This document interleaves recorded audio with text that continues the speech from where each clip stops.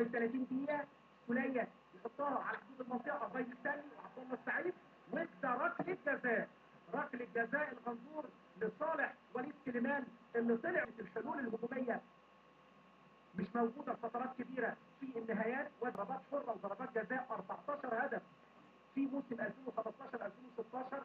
ويمكن كل الجماهير اللي صدت كده قالوا ان في لعيبه افضل من اللي سجلوا، مع كل الاحترام والتقدير. كان اللقاء اللي فات مؤمن زكريا اللي موجود النهارده على دكه البدلاء، وعبد الله السعيد وارد جدا في الكوره.